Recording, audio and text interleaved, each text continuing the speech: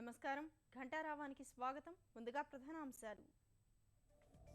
పోటీతత్వం సమాఖ్య స్ఫూర్తితో ముందుకు సాగాలి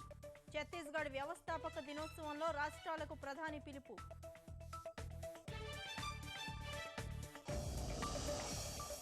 పేదరికం లేని సమాజం కోసమే నిరంతరం శ్రమిస్తున్న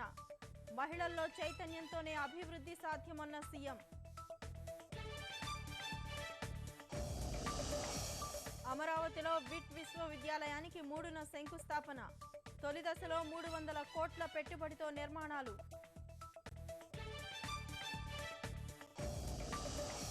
పీఓకేలో సాగుతున్న పాక్ దాష్టికాలు చొరబాట్లను ప్రోత్సహిస్తున్న వీడియో బయటపెట్టిన బీఎస్ఎఫ్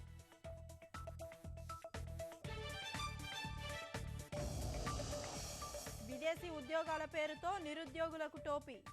విశాఖలో లక్షలు కాజేసి బోర్డు తిప్పేసిన సంస్థ